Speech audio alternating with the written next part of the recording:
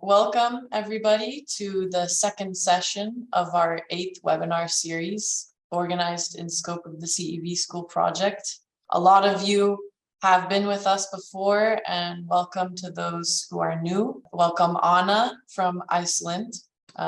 She will be our speaker today, and we are happy to have her. She is an FIVB level 2 coach.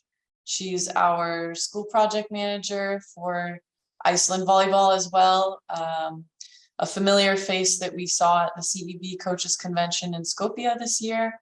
And she has been working as a volleyball and beach volleyball coach for more than 15 years, if I'm not mistaken, gathering some experience from not just Europe, but other countries all over the world. She has even published a book, Volley-ball, Técnica y Ejercicios, if I can pronounce it correctly. It's in Spanish, but she will share with us today her topic about challenge volley, which will focus on the concept of bringing challenges and games to your practices with the kids to keep them engaged and to give them new ways to learn the sport that we love so much. So welcome, Anna, and just a final reminder to everybody to please keep your microphones muted and your cameras off so that Anna has a clear presentation. And any questions that you have are welcome in the chat box at any time, and we will address that at the end of the session. So without further ado, I will pass the floor to you, Anna, and the floor is yours. Thanks. Okay, well, thank you, Katrina. And I would like to start, of course, by thanking the CEV for inviting me to this webinar. It's a real pleasure for me to be here today. And of course, I also want to thank all of you for spending 1 hour of your time to join me in this lecture.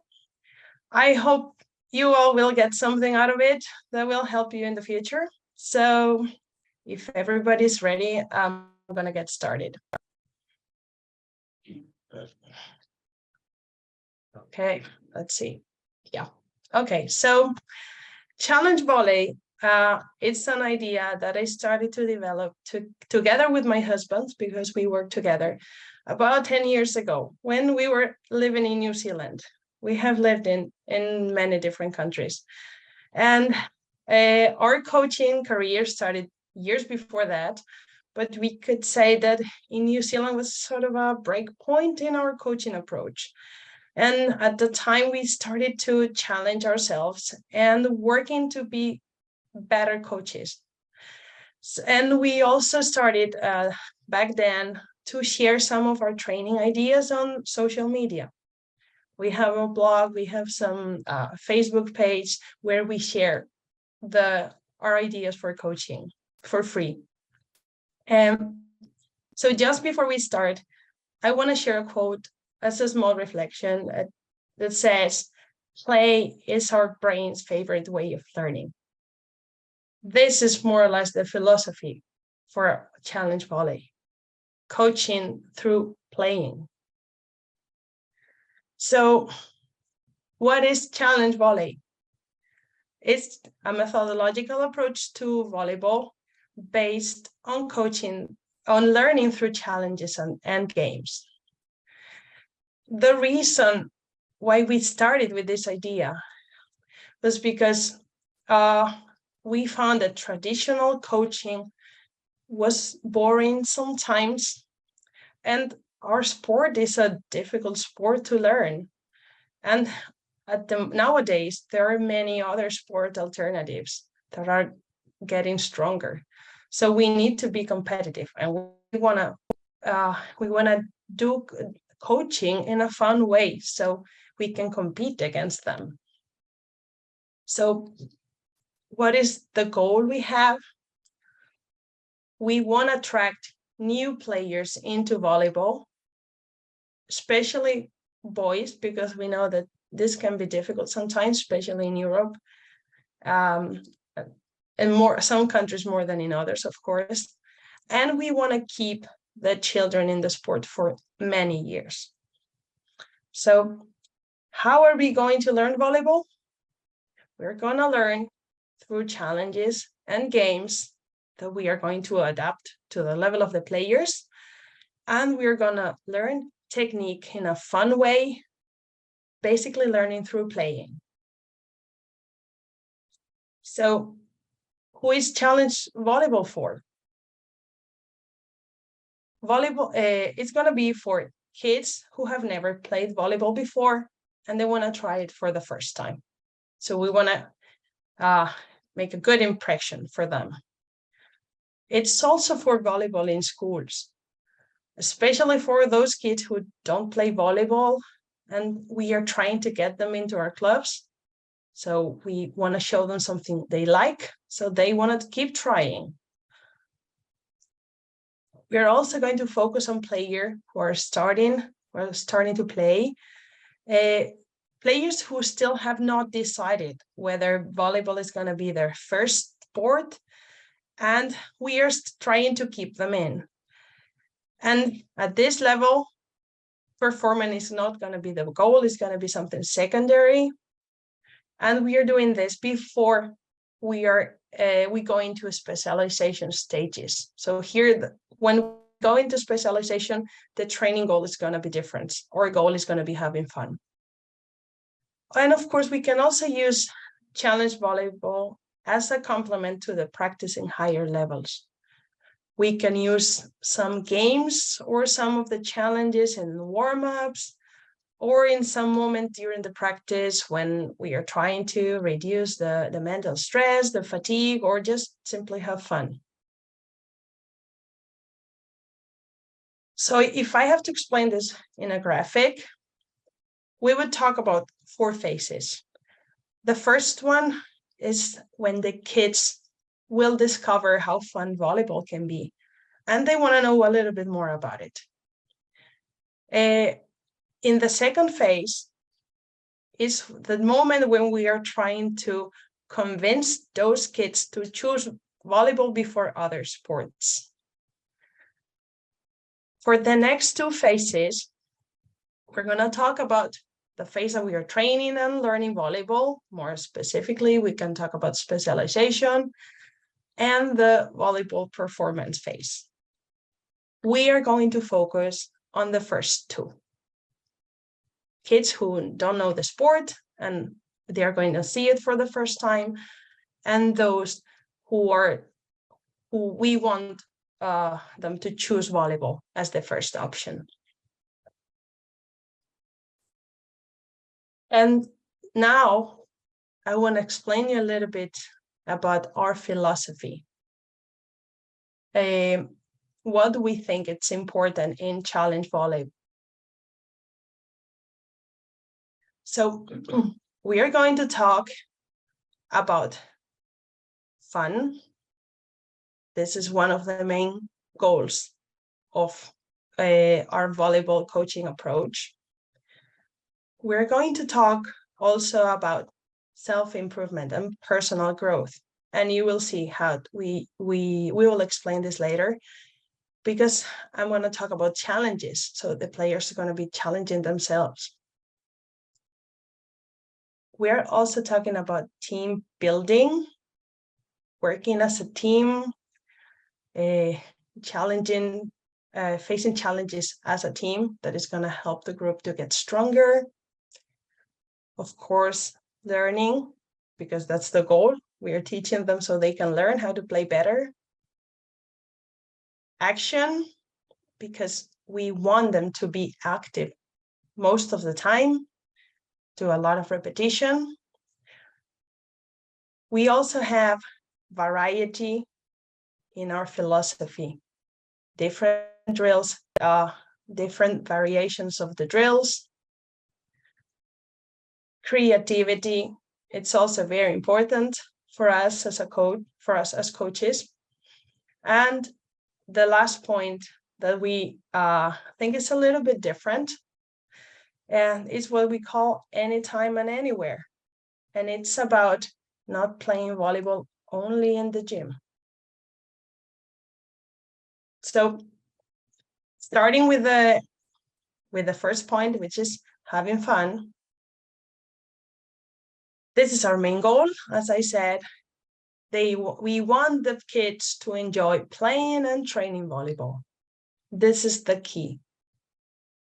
We are not going to focus on training technique or tactics, not even competing or winning. That's going to be secondary. The main goal is having fun. The rest will happen, but we're not going to focus on it. So like this, we're going to try to keep the motivation and the interest of the players. And now I'm going to show you some examples that illustrate a little bit better the concept of challenge volleyball. Of course, ideally, I would be doing this on the court with all of you, but since this is not an option on a webinar, I'm just going to be sharing some videos. Some of them are muted, so don't worry if you don't hear anything. You're not supposed to hear anything in some of them. And I'm going to start with the first one. That is what we call the Liberty Drill. And the Liberty Drill is coming from the Statue of Liberty. And it's because of the way the players will be catching the ball. So you will see, this is one of my favorite drills in challenge volley. So here you can see, I hope you can, I'm gonna stop for a second because I believe you all have the link to the YouTube playlist. In case anybody has problem to watch the videos, you can follow the playlist on YouTube, and they are in the same order. So if you have problem to watch them here, you can use also the YouTube link. Okay, so the first one is this Liberty Drill. It's a exercise that, I'm sorry, the kids work in pairs. Let's see. Can you see it now? Yeah, I think so. Okay. Yes, we can. No worries. Yeah. Okay. So this is the first evolution. One player sets or serves to the partner, and they have to receive and catch the ball with a cone. Okay, that's why it's the Liberty, because they catch with a cone, and sometimes it looks like the Liberty statue. So then we have a second evolution. So the server has to catch. So they have to serve, run to the other side, and catch the ball. And here you can see there is a small difference between the previous one. Here the players are receiving the ball forward, closest to the net, so they make it easier for their partner. So we are actually making them receive forward, but we don't need to tell them that they have to do that. Okay, so we have a next evolution. We are playing now 2 touches. So they receive, and the player who serves ran to set to the other side. And this is the last evolution. They serve, they play 3 touches, and the server has to run back to the other side to catch the ball. So as you can see, there is a lot of action. Both players are moving a lot, but we are working on volleyball skills in a really fun way. The players love this drill, and I have tried it with all levels of all ages. Even I've even tried it with adults, and they really like it, and it's fun. So, which is the purpose. So the next one I'm going to show you is a little bit crazy game. This was done in a warm-up with adults, and it's called Don't Drop the Hula Hoop. So they are just bumping the ball over the net, and if the ball comes to a player with a hula hoop, they need to toss it up and somebody else has to catch it. And it's just a fun game for communication.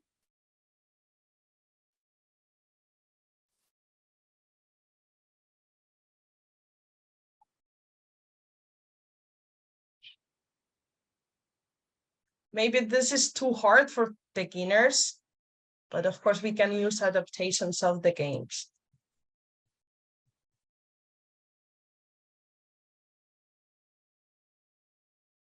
Okay, and we are also working on attention. We like to have some secondary goals in our drills.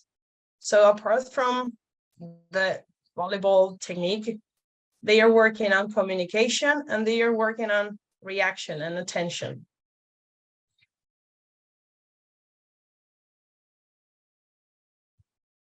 Okay, so the next point in our philosophy would be self-improvement and personal growth.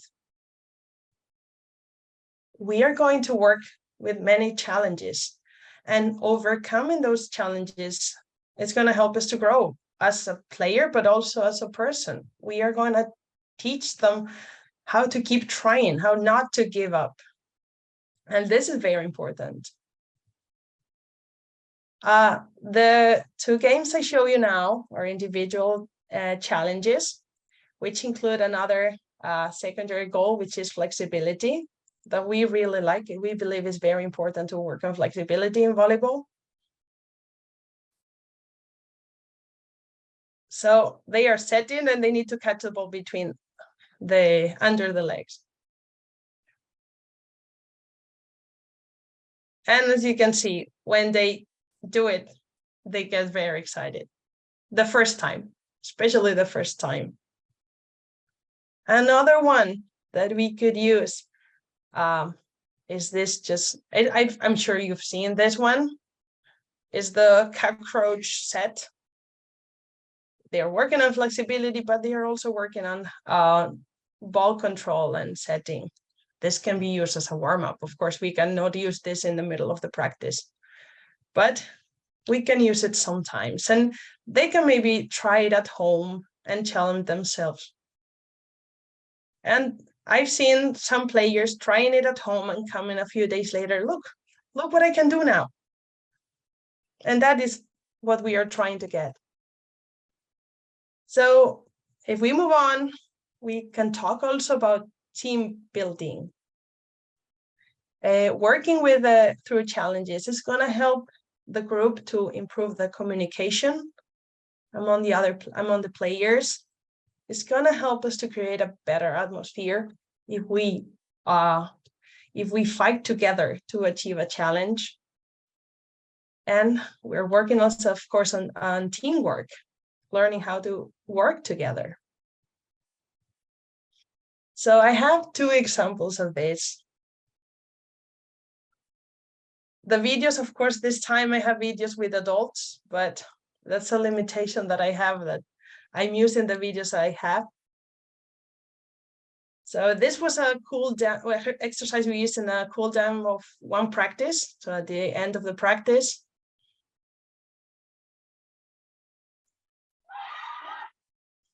you can see how excited they get after we do it. And that's the goal. We work as a team, we achieve the goal, and we celebrate together.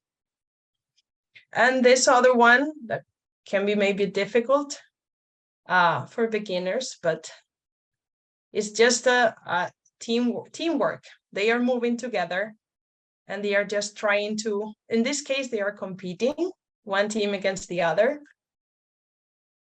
So they work, one player is working and the others are working together. They are moving together. See, if this is too complicated, like it probably is, we could also play it in a collaborative way. So instead of one team against the other, we could just be working together, trying to do as many touches as possible, for example. That becomes a challenge and we keep working together. So the next point would be learning, which of course is what we all want as coaches. We want our kids to learn. How? We learn through playing. This is the key. All kinds of games, volleyball games. We have to set clear goals so the players know what they are expected to do. They don't need to know about technical goals. You need to shrug the shoulder, you need to move here, put the arms like this or like that. No, they need to have a goal of a purpose for the drill, and then they will figure out the best way to do it. So they are learning through discovery. We set the goal and they find the way to do it. And a good example of this was the first video I showed you of the Liberty drill. In the first exercise, they were receiving just straight up to catch the ball. But in the moment we had the server running to the other side, you could see in the video that they were starting to receive forward, which is what we want. But we don't need to say it. They will discover it themselves, because that will be the best way to do it. So I have two examples here. This is just easy exercise for reception, serve and reception. And we have a target, so it's a very clear goal. They know where they need to pass. And there's a secondary goal that it's maybe difficult to see. You see there are 3 cones. Each cone is a distance. So for the servers, every time, in this case, every time they score, they have to move to the next distance, to the next cone. So we are asking the servers to serve a little bit longer, and the passers also need to adjust a little bit the technique to receive to the target. And this is just a simple example. Another example, well, you cannot see the other side. We are only recording the players serving. This is a game that I really like for serving. I believe they are competing boys against girls in this one. So what we ask them to do is just serve to a target. The goal for me as a coach is to learn how to toss the ball better and not to rotate the body when they serve. But I don't tell them that. What I tell them is you need to serve. I'm going to play it again. I just tell them that they need to serve and they cannot fall off the bench. So if the toss is bad, they will fall off the bench. If they rotate the body, they will probably fall off the bench. So I don't need to explain them that you need to toss in front of you, or you need to move the body like this or like that. I just put the bench there and they have to figure it out. So we move on. We go to the next one. It's action. We talk about high number of repetition because we want the players to learn. The more times they repeat the same action, the faster they will learn. So, and we also try to reduce the time the players are inactive. We don't want to have long lines of people just chatting, because those kids are not learning anything. They are just, okay, they are socializing, but they are not learning volleyball, which is our goal. So we try to keep them active. And in my experience, we normally don't have as much time as we would like as for coaching. So if we are spending half of that time talking or not doing anything, we are not using the time. So we keep them active. Here's just one example. In this one, it's they are playing 3 against 3, but only 2 players on the court. And every time they touch the ball, they go out. Well, I should mention that all the kids that I'm showing you here are under 12. So they are beginners. Some of them are better than others, of course, but this is under 12. And as you can see, they are running. They keep themselves active. The girl on the bleachers, she's injured, okay? So that's why she's seated. So you can see we are doing a lot of ball contact. Another example. This one is just a common drill of bumping against the wall. You cannot see, but there are two more groups working at the same time, and they are competing against each other. So counting how many touches they can do in a row. And there is a lot of movement and a lot of action. And it's what we want. They try to touch the ball many times. So when we talk now about variety, which is another point of our philosophy, we're going to talk about using different drills, or also adding small modification to the same drills to make them seem different. It's not only about using a million different drills, but doing the same in different ways can also be a way to change it. So we could either introduce an extra element to the same drill. Let's say, for example, just setting to our partner. We can add an extra ball, and one ball we are setting and the other one we roll it on the floor with a hand, or we kick it. That's an extra element, so we are doing something different. We could use different equipment. Let's say for this reception exercise you saw before, passing to a target, why instead of a target we don't use another player standing on a chair who has to catch the ball? He's a target. It's actually the same, but it looks slightly different. And for the players, it's different. We can also change the scoring system. We can add some conditions to score. For example, every player has to touch the ball before we put it over the net, or we lose the point. Or we can say that every player has to run around the cone after they touch the ball. And we are doing the same, but in a different way. So one example of one exercise, this is just setting to my partner, but we add a third player in the middle holding a hula hoop. We have to set through the hula hoop. Every time I miss, I change with the player in the middle. So I hold the hula hoop. And this is a small challenge, but we are working on technique and it's fun.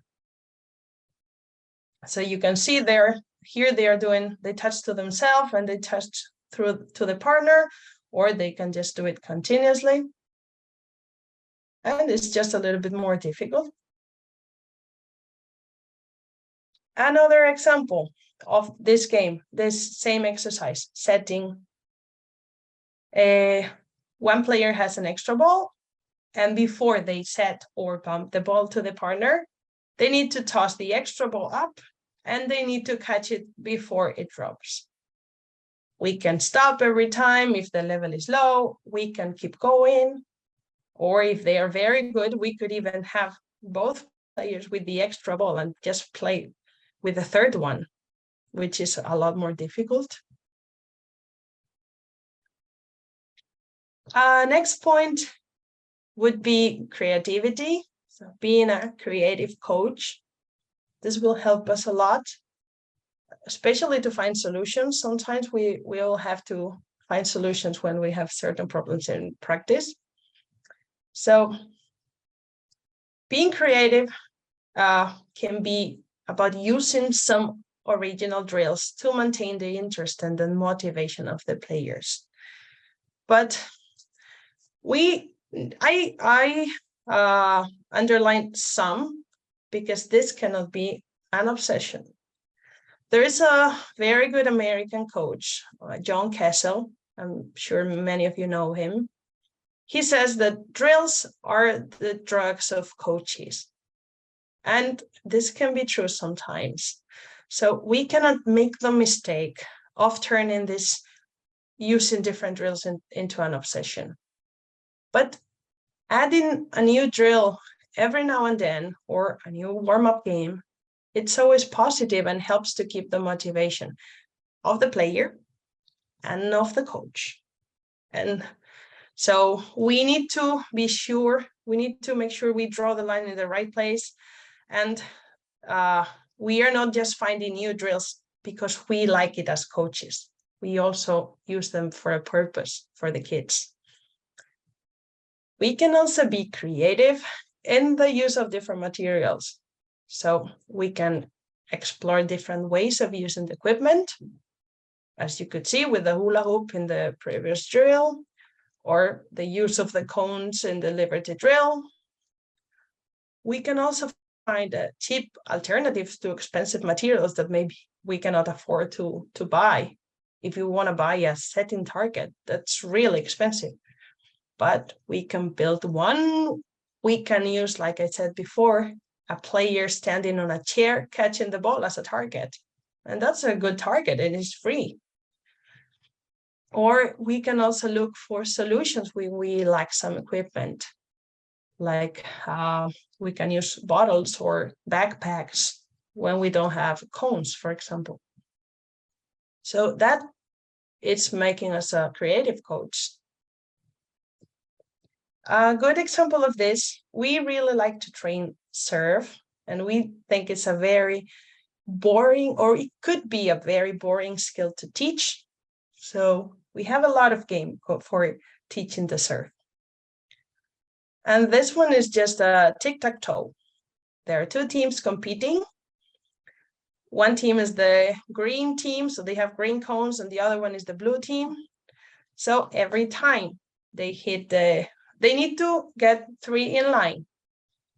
And the other team, of course, is trying to do the same and avoid that the opponent is getting 3 in line. So the idea is they serve, and they are working on accuracy in the serve.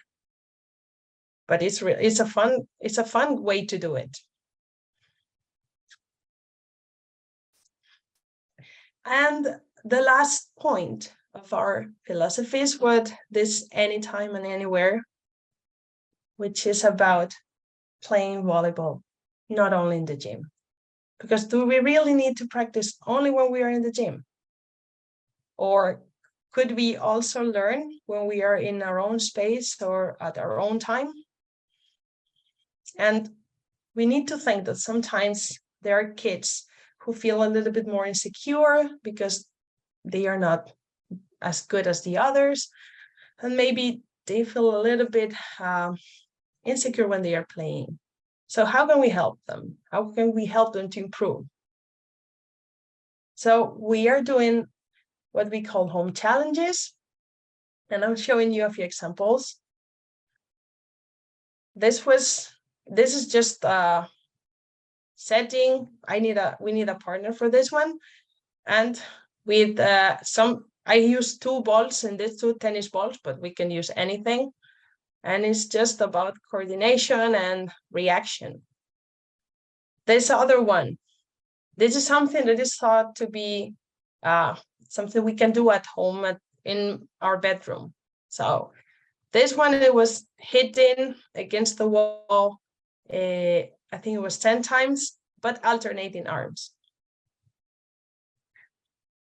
So the home challenges are basically individual exercises or exercises we can do with a helper that doesn't have to know anything about volleyball in small spaces with only a ball and maybe some equipment that we can find at home for sure. But that they are done in the child's own space, and they don't need to worry about making mistakes because nobody's watching.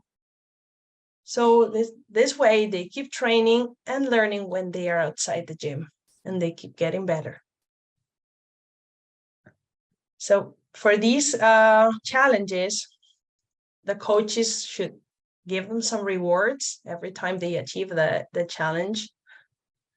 They keep learning while they are having fun, and they are doing a lot of repetitions, so they are learning faster. How we evaluate them? We could either ask them to send us a video or just show the coach what they have achieved. They can also show it in practice in front of everybody if they want, or we could have a day for tests, and everybody or the players who want, just do the test, and if they pass the test, they get a reward. Well, this of course came from the COVID time when we were not allowed to train in the gym. In Iceland, we have a pretty long lockdown, so we really have to squeeze our minds to keep training volleyball. And I'm showing you one game we did. It's in Icelandic, it's Ratleikur. This is the name of this kind of games. And it was just a challenge for them. Every week, we would give them 5 different challenges that they would have to perform at home and send us a video, and they would get points for it. And at the end of the game, we would give them a prize for the best 2. In this case, it was for the best 2. But we can apply this to other things. It doesn't have to be because we are in a lockdown. We can also use it for our practices, for our team, as a team game. And I'm showing you 2 more videos. This is one of the videos I got from one of the girls. The only one I could get in good quality, because the other ones I have in the picture in the middle, the quality was very low because it was in a comment from Facebook. So, but they were sending the videos there. And this is the egg challenge. They didn't have this one in our Ratleikur, probably because the parents wouldn't be happy to let them play with an egg. So this is about our home challenges. And so now talking a little bit more about our training drills.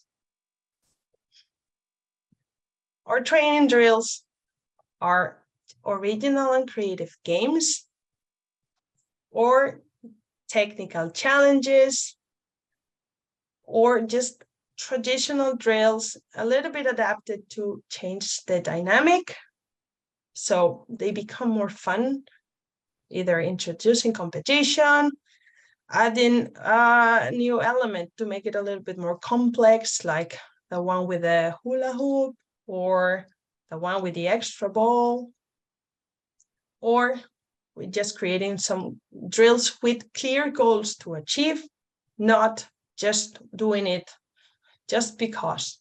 We don't do setting to our partner just because. What is the goal? At least I make it as a competition.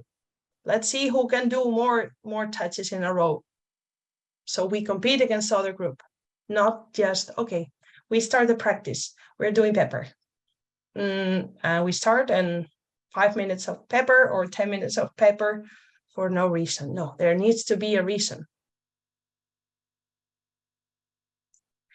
When we are designing the practices, we need to make sure that they are an achievable challenge, so they are able to do it. If I choose a drill that is way too complicated or way too easy, the interest, the motivation, the quality is going to be low. I need to make sure they are a little bit challenging.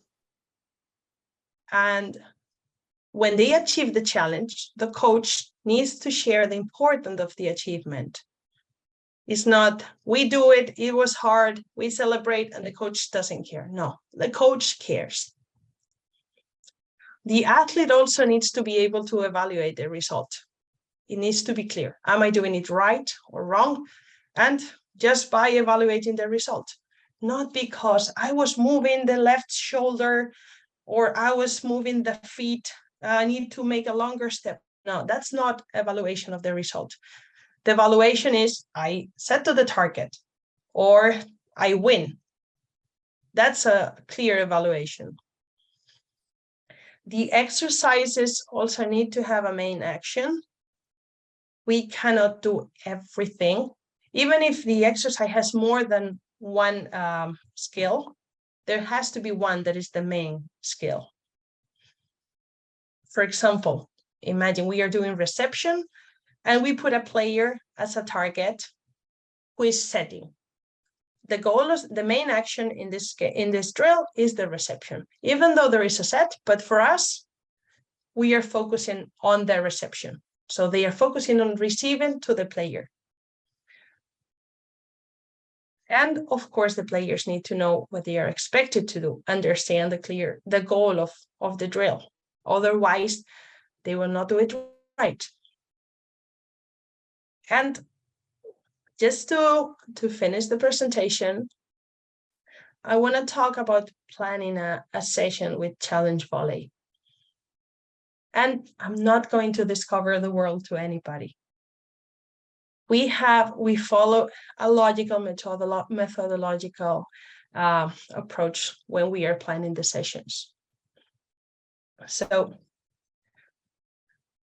I would like to mention that the duration of the session should increase as the players get older or better. We can say that between 45 to 75 minutes for the younger kids. And if I talk about 45 minutes, it's because I'm including the school volley. And we know when in schools, at least in the countries that I've been, school sessions are very short. So that's why I'm talking about 45 minutes. In the clubs especially the clubs where I've worked, it's normally about an hour, but I don't recommend to have too long sessions, especially with beginners. If we have a 90 minutes practice with kids who don't know how to play, it's hard for the coach and also for the players to keep the intensity and the motivation. Because at some point, there are certain things they cannot do, so they will get frustrated and bored. So it's better to have a little bit shorter and make it intense and fun, and increase the duration when they are able to play a little bit more. So the session structure is, well, you can find different authors with different opinions, but in general, we talk about warm-up, main activity, and the cool down.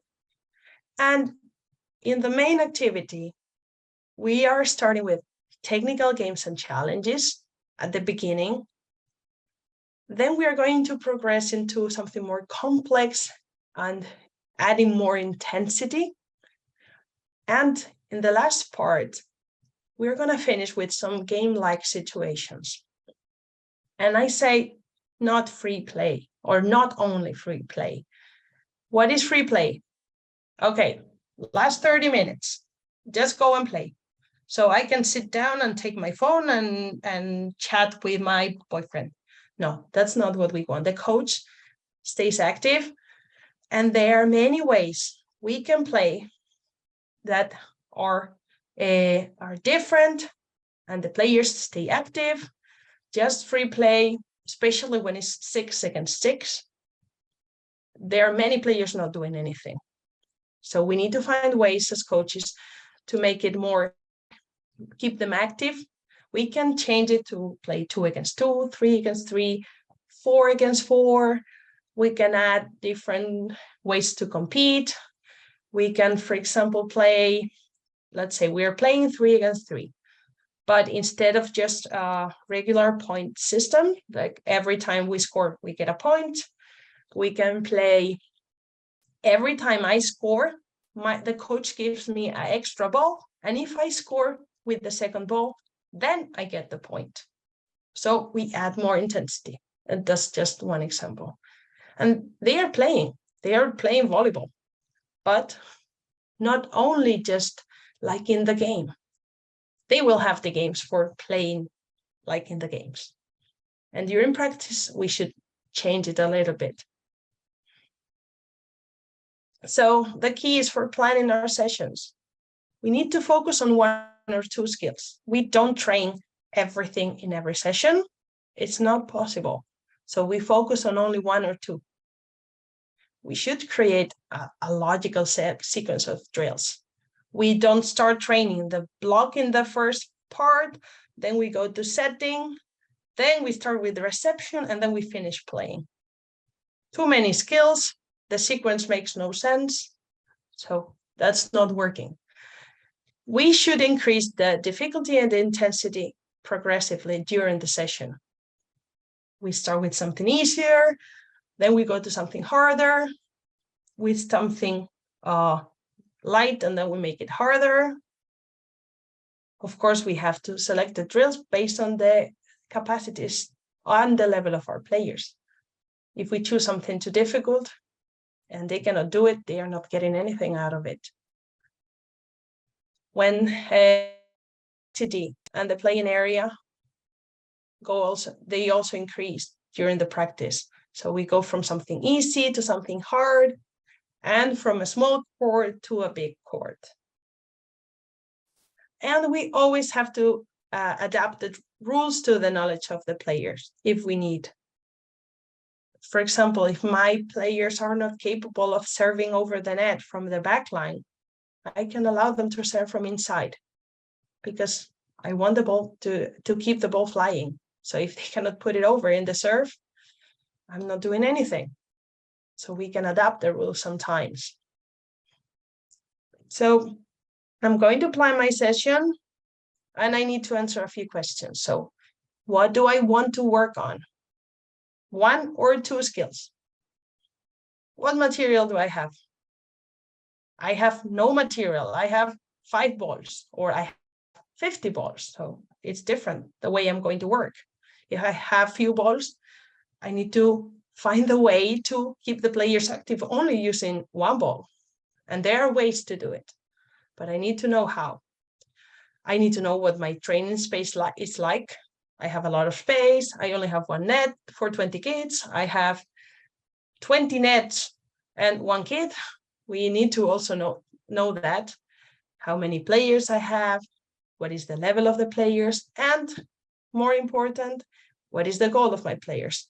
Are they coming to just have fun, or they are coming to try to win?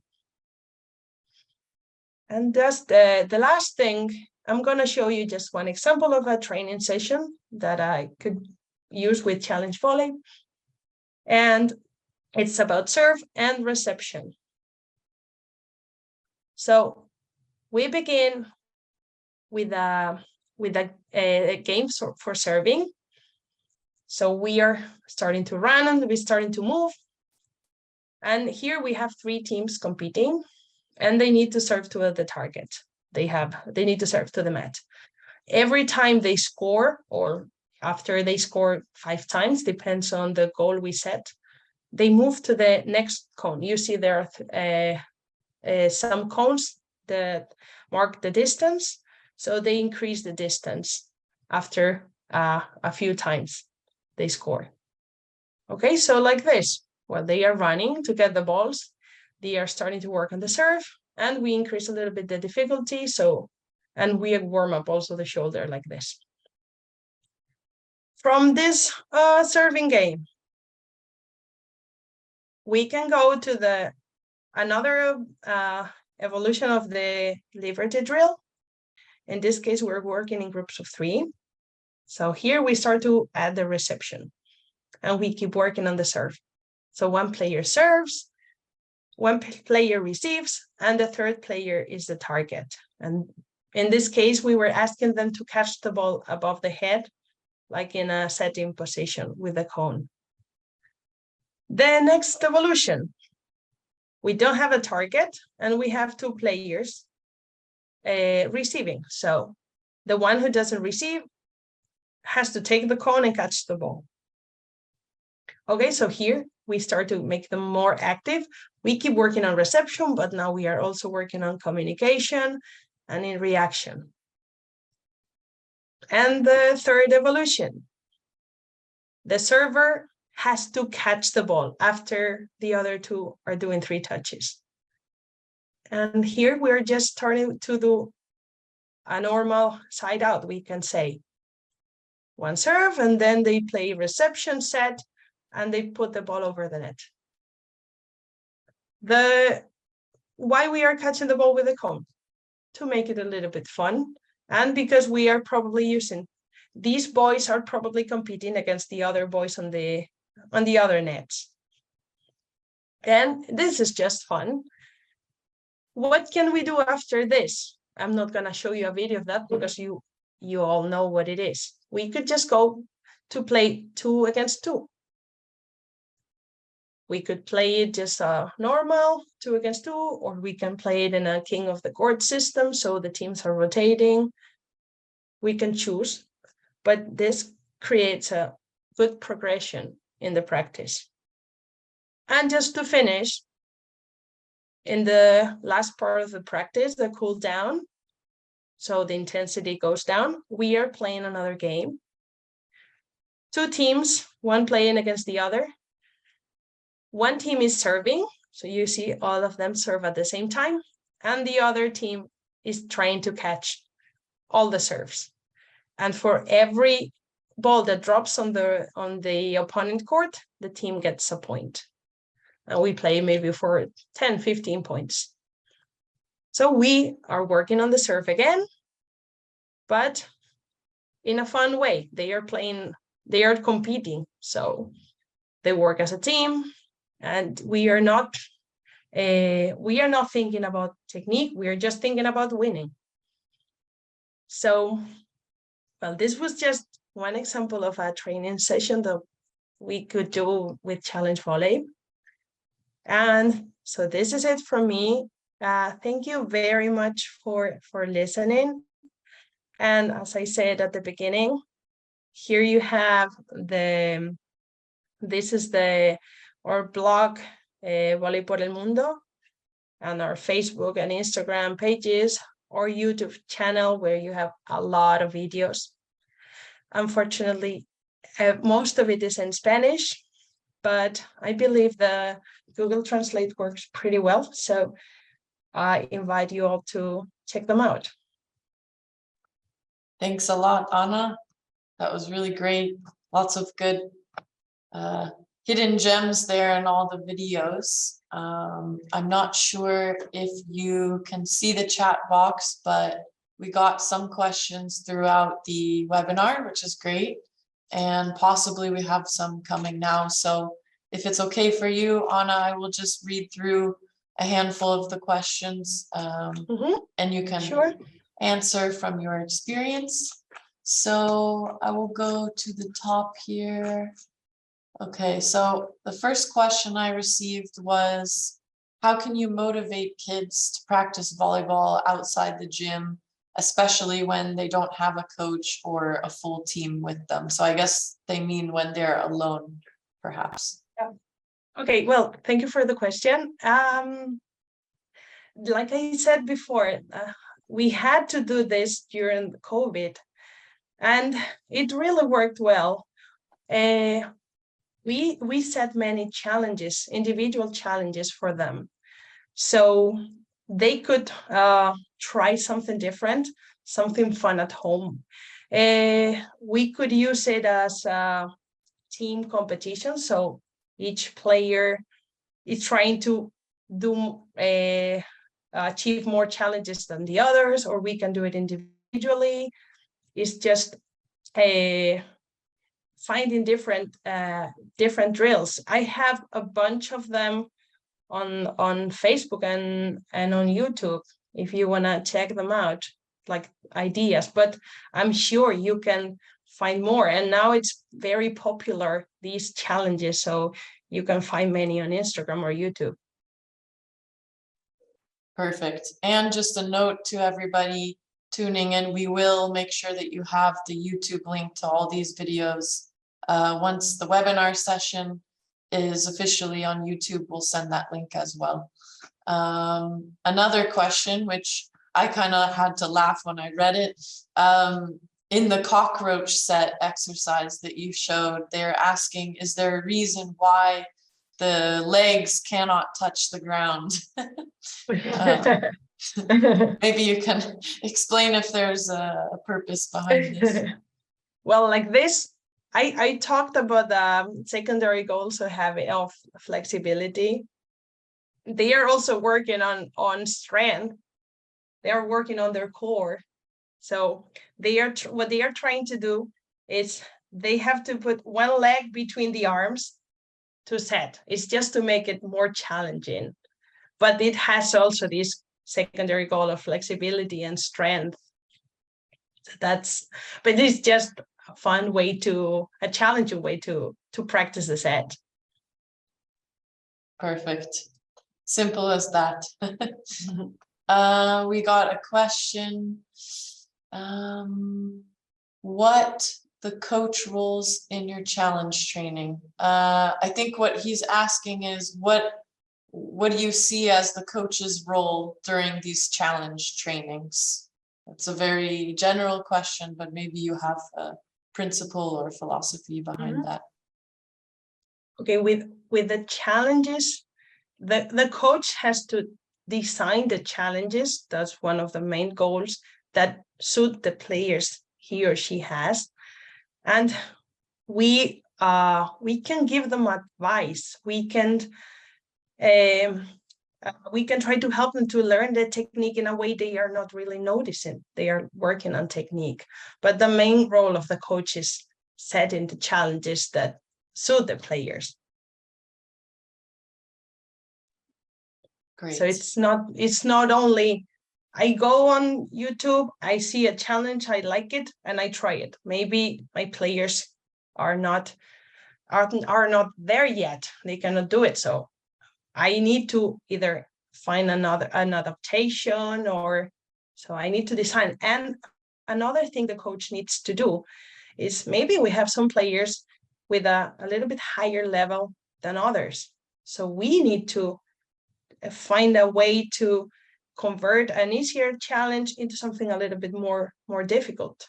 So it actually it is a real challenge, not just something I can do very easy.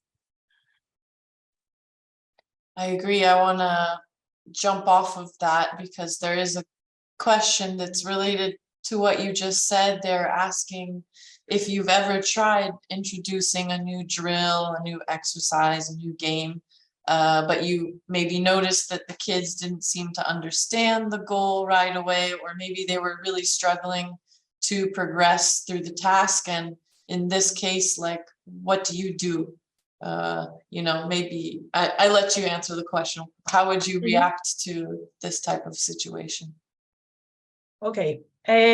When something is not working for me as a coach, I try something and I see it's not working, I need to stop it. But I don't mean stop and do. I can either do something different if it's not working, or I can try to find a more simple way to do the same. For that reason, I really like to work with evolutions of the same drill. The example of the Liberty drill is very good because we start with one level and we progress. Maybe my players are not capable of going to the last one. Okay, I stop there. But I keep, as they keep improving, we will be able to increase the difficulty. But being a creative coach is also about being able to respond when something is not working or the kids are not understanding the purpose of the drill. Can we make it a little bit simple and go in stages? Okay, let's say we are doing a side out. Okay, just to explain something very easy. So serve, reception, set, and spike. But they don't understand. Okay, let's go with serve and reception. Then we go to serve, reception, and set. And then we go set, reception, set, and spike. So we progress slowly, adding new elements. So this is a way to, when something is not working, they don't understand, we can just simplify like this. I think that's a good solution. Like you said before, especially with the kids, maybe the coaches don't have so much time. I'm sure some of the coaches and teachers here have maybe an hour or less even sometimes, so they really need to manage the time properly. I see another question, and I think we still have time for maybe this one as the last, unless another one comes up. do you have any game which focuses on communication specifically, or that highlights the importance of this? And how do you teach your kids then to speak actively? I actually have a lot of games for communication. I haven't showed you there's one that we really like. We call it the hula hoop game. And it's two teams playing like a bumping, one touch bumping over the net. And the team is holding a hula hoop. I have a video on YouTube of this game, and I actually have on the blog we have I believe there is one post about communication games, if I'm right. I believe so. So if you want to find it on the blog, you can just search communication, or in Spanish, comunicación, and you will probably get to a link to that. And well, but this hula hoop game, all the players, let's say 3 or 4 players, have to be touching the hula hoop. When the ball comes, one of them has to release the hula hoop, touch the ball, while the other 3 are holding it. So if we are playing 4 against 4, 3 players are holding the hula hoop and the other one is touching the ball. So it's about communication, because they need to talk so they know who is going to touch the ball. It's harder to explain. It's much better to see it on a video. So I invite you to find it on YouTube or the blog. But yeah, I really like communication games. It's really important in volleyball, especially when we have kids who are a little bit shy, or we want them to talk more on the court. So perfect. Thank you for the hula hoop example. I can say for myself, that's also something I had when I was playing as a young kid, and it's definitely effective to push the kids to start speaking. yeah. To not just think on one task. So that's great. I'm just checking the chat box one more time. If there's anybody else that has a question, please type it now. I'll give you like 10 seconds. Otherwise, I think that's the end for the Q&A. Yeah, looks like we've gotten everything. Thanks a lot, Anna, for the time. Thank you, everybody else who tuned in. And a reminder that we will be sending out this recording to you all tomorrow. It will be on our webpage and also in your inbox. So please feel free to check these videos back if you want to review the content again. Hopefully we see some of you, if not all of you, again on Friday this week for our final webinar of this series. All the information will be communicated as well. So thanks again to everybody. And we hope you learned some new things today. And we hope that you go into your trainings with some positive energy. And thanks a lot again. And hope to see you next time. Thank you. Thank you, everybody. Bye-bye. Thank you, Katerina. Thank you, Anna. Thank Bye. you. Bye. Thank you very much, Anna. Good work.